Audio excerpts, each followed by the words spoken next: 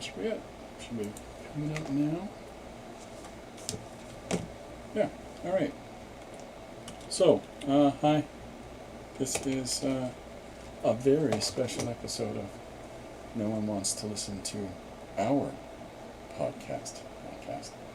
Because my wife is here to join me tonight. My very far more impressive and lovely co-host tonight.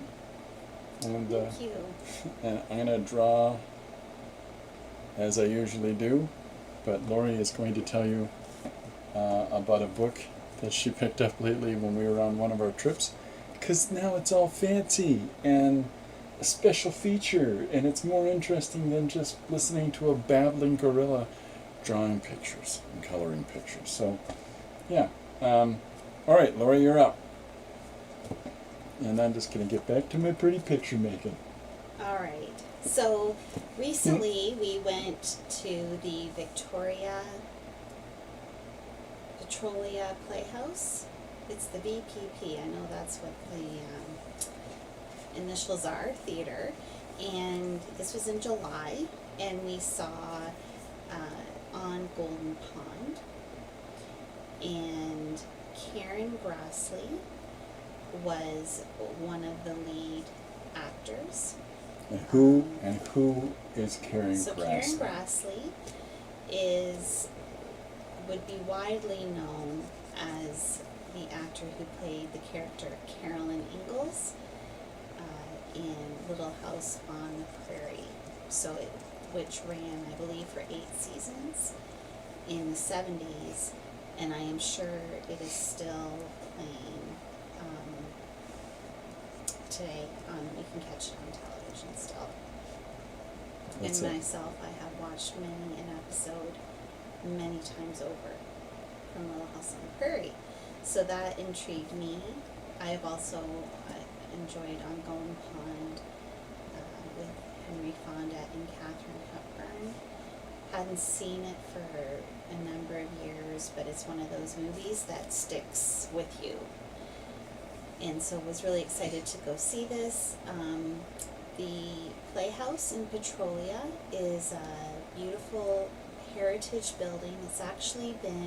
It's undergone 2 different restorations. It's definitely over 100 years old. And their town's, the government offices are still in that building as well. And we sat up in the balcony. Beautiful seats. There's not a bad seat in that place. I think Christopher would say the stairs up to the balcony were maybe a little bit, they were sturdy stairs, but you could see through them. And so we never liked that. I'm a scaredy cat for that. So yeah, that was interesting. Going upstairs and looking through, and because of that I'm such a petite person, I could feel the stairs Yeah, they were steel. So they were the steel, and so you could feel the vibration every step I took as I went up, and that was a little disconcerting. And it was 3 flights. Yeah. So, don't if you don't want to climb up 3 flights of stairs that you can look through the back of, just get a lower seat, because the theater is worth it. By the way, I think you only introduced me as your wife. But Oh, that's my wife, Lori. I'm I'm so sorry. I'm Lori Runcimans. I'm sorry, huh? So The host with the most, huh? That's this guy. So we watched the production, and I knew ahead of time that Karen Grassle's recently released autobiography would be available for purchase, and that she would be autographing them after the show.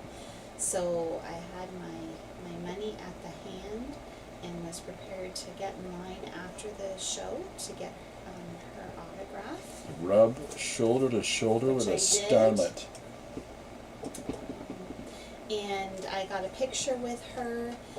Of course, she, just because of COVID, was being cautious and wearing a mask and keeping distance, so maybe it wasn't your typical picture with a famous author, but I still really appreciated the opportunity to speak with her, and really enjoyed her performance. She is a very talented actor.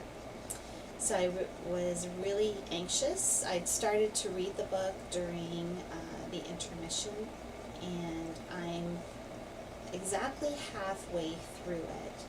And so autobiographies is one of my favorite genres to read. I find it very fascinating to learn about people's lives. They often start their book talking about sometimes their grandparents, sometimes they go back further generations, and so she does the same in this book. But she starts to kind of give you glimpses of, here's some of the things that happened further on in my life because of this is what happened in my childhood. So, as I mentioned, I'm halfway through, and I'm just on the cusp of getting into her phase of being hired for Little House. So, do you want to tell them about our fun anecdotal stories? Is it anecdotal? Our little stories about... It was a seniors matinee that we went to, and well, it wasn't designated for seniors. But it was. And we were the youngest people there, which is, we're not that young, but we're not that old. So, and there was another couple that sat down with us that are similar in age, and so I told them, hey, this is a seat for the kids here. This is the row for children. But it was an interesting thing. Before the show started, the stairs, there's a set of stairs that goes downstairs to the washrooms. And so it's down the whole floor and around the hall. And when we were standing there waiting for the show to open, the line for that went all the way, like from that hall all the way up the stairs and down a small hall of people waiting to use the washroom before the show. And so at one point, as we were getting ready for the intermission, we were, in the middle of the show, there was going to be a brief intermission, and we figured it needed to be 45 minutes long just in case that line built up again. It didn't, but, and then after the show, when we were in line to get Karen Grassle to sign the book, there was a gentleman that had drove 5 hours up from the States to come in and meet Karen Grassle and to buy her book and get it signed. He was hoping to be, standing around the same side of the table as her and his arm around her, whatever. And so he goes to stand at the table for the photo, and one of the ladies that were on staff there, one of the young girls, went to take a picture.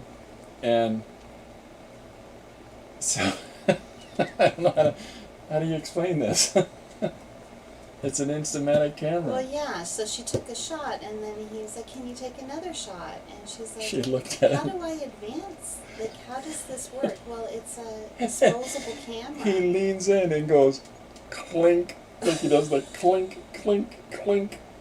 And both Lori and I just looked at each other like, oh my goodness. Like, he invested 5 hours driving time one way to see someone that he clearly admires, but he didn't invest into a decent camera, which is interesting.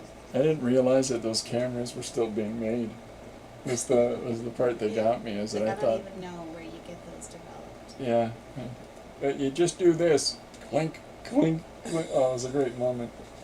Well, and then the other funny moment was that the signing was on your way down to the washrooms. It's the signing's at the end of the hall, and off of that hall is the hallway that goes to the bathrooms. So, but this is clearly an event happening here. Yeah, and she's sitting behind a table with a lovely tablecloth, and here's my book. And We she's just signing, watched her in the play. And we just watched her in the play. And a theater goer approached her and said, excuse me, but can you tell me where the ladies' washrooms are? And I don't know. Karen was very gracious, but I was like, you've got to be kidding me. It's the lady you just watched on stage for however long the play was. You just asked her where the toilet is. even though she's got this lineup of 20, 25 people there, you thought nothing of just leaning past everybody to say, where's the washroom? So it was a moment. Yeah. Yeah, it was interesting, but it was good. Petrolia. Why is it called Petrolia? It's where they discovered. It's the oil. Petrolia was the most prosperous town in Canada at one time. Yeah, apparently it had 20,000 people at one moment. Yeah. And it's not a big place at all. It's very pretty. Yeah, the downtown core is people clearly spent money to build the downtown. Yeah. And thankfully they've managed to keep it. Anyways, it was a neat theater. It'd be neat to see it again, and I'd go there again. And I'd even go up to the balcony. What are you drawing over there? Oh, I'm coloring a page from the soon-to-be released Sasquatch book from Tardigrade Press. And so I've done. It's all drawn in black and white, and scanned and put in, and now I'm putting color into the panels because they pop them out. It pops out all the imagery more. Yeah. Is there anything else you want to mention about her book, or anything else? So, a couple things that I'm really enjoying aspects is that she intertwines historical events into her life story because they played a big part in her experience. For example, she was at university when JFK was shot, and so she obviously that was a huge shock, and all the resulting events that came after that. And so for me, I wasn't living then, so I don't know what it was like. So it's super interesting to hear what it was like for her as a young woman, and all of these major events are taking place. The Vietnam War is another example of what she shares. The other aspect that I'm really enjoying is that she did struggle with depression, and she talks about finding psychoanalysts, is it Carl Jung? Yeah. And the Jungian philosophy, psychology, which I knew very little about, so that is super interesting.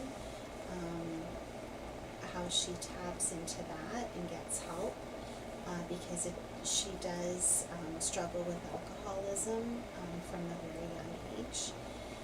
And then the third aspect that I'm enjoying is how she, her career and her times with the different theaters and workshops, she kind of bounces back and forth across the states, but she also does a stint in the UK.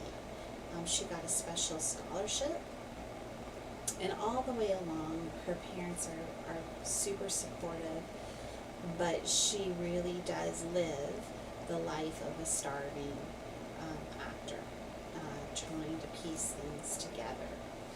And so, as I mentioned, I'm just on the cusp of her starting Little House.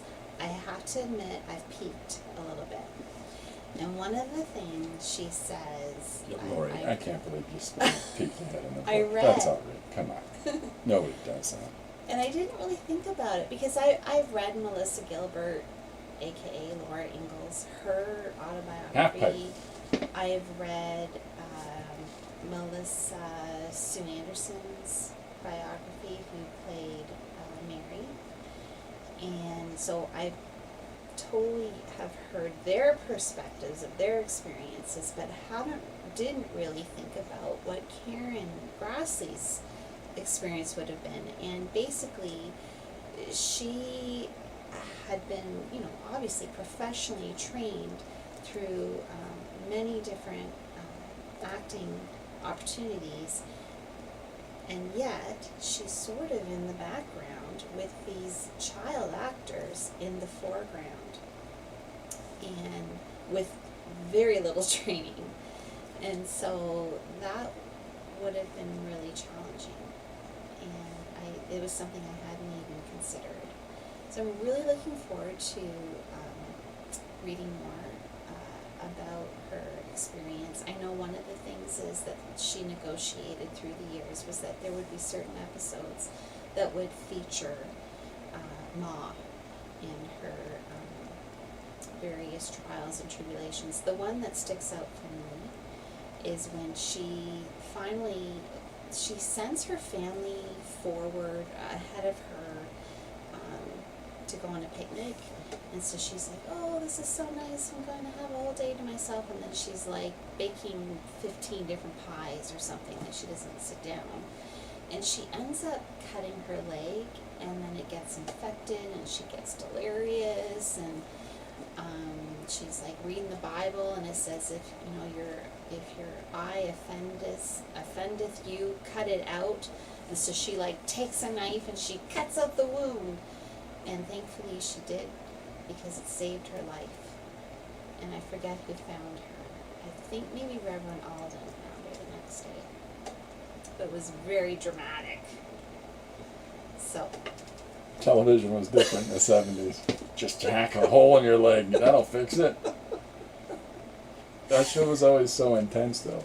Yeah. Like, I remember the Dynamite episode where Charles and Mr. Edwards are working as on a rock quarry crew, and they're hammering spikes into rocks and then putting sticks of dynamite in to blow a way clear so they can run a railroad through.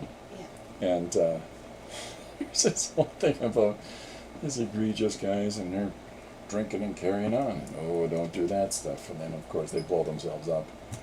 And it's this whole dramatic thing. And I remember as a kid, because we had so few channels in the 70s in London, and of course you live in the country, and it was like, holy crap, that guy just blew to bits. That was the most dramatic thing I'd seen on TV at the time, and just, I'm never touching dynamite.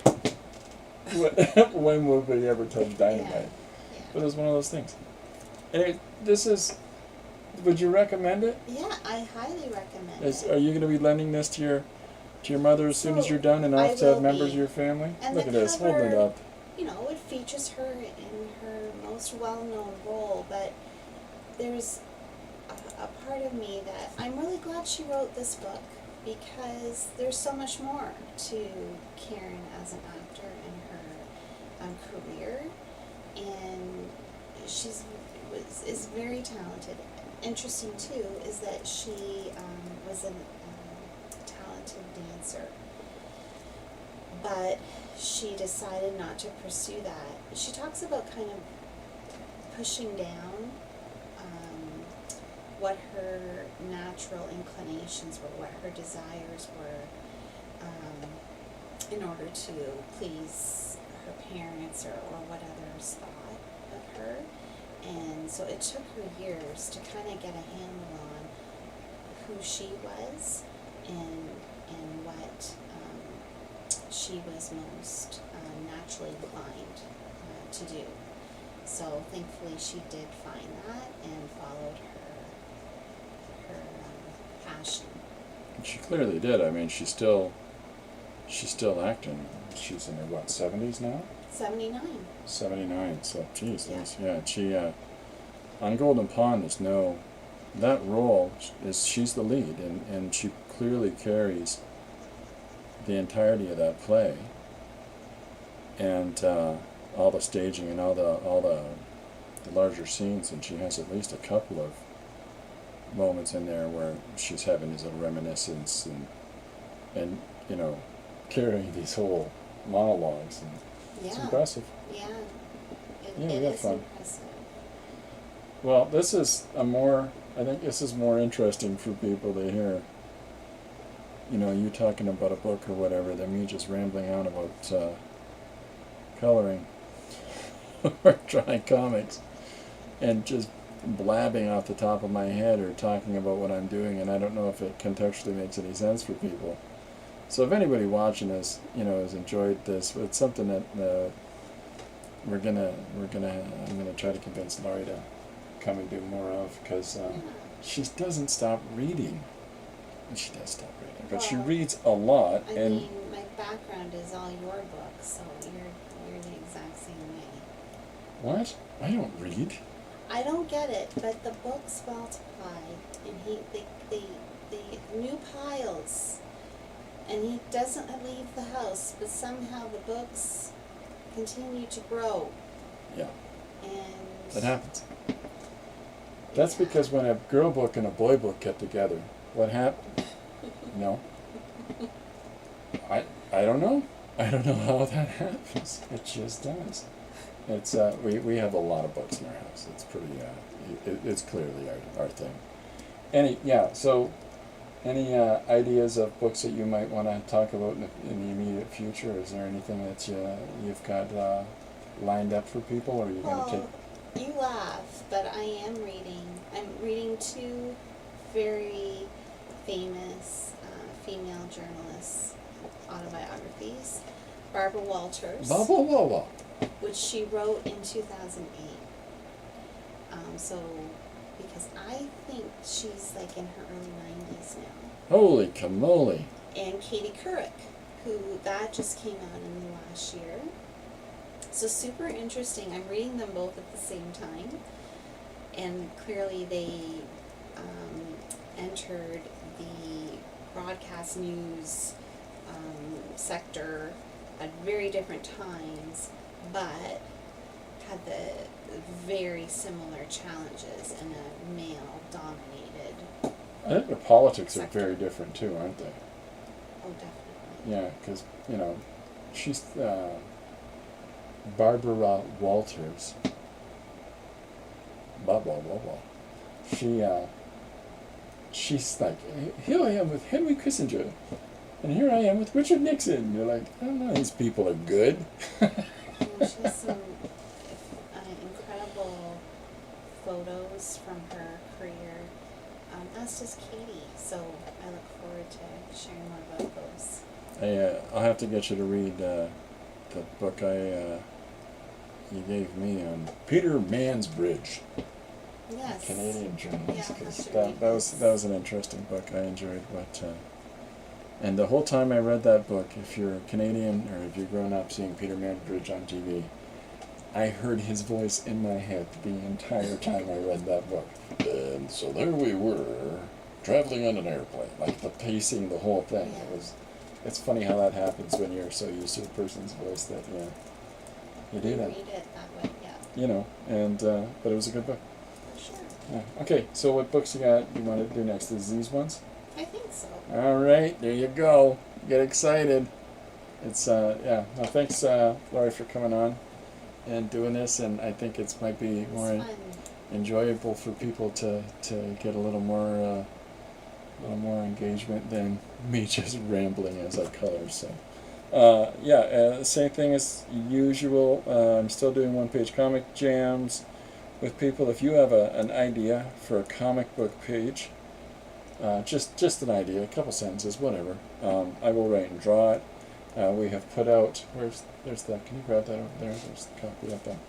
We've already done a collection of the first amount of these. I've done 97 at this point, but Laurie's holding up the book that has the first 39 in it, and it's a lot of fun, and we'll have that at upcoming events. We've got London Comic Con coming up soon, and a few other things here in the fall in the London region, and in the meantime, we're posting Stream of Conceitedness on the Instagram page, the Facebook page, and our Patreon, as well as stuff on our website at christopherruncman.ca.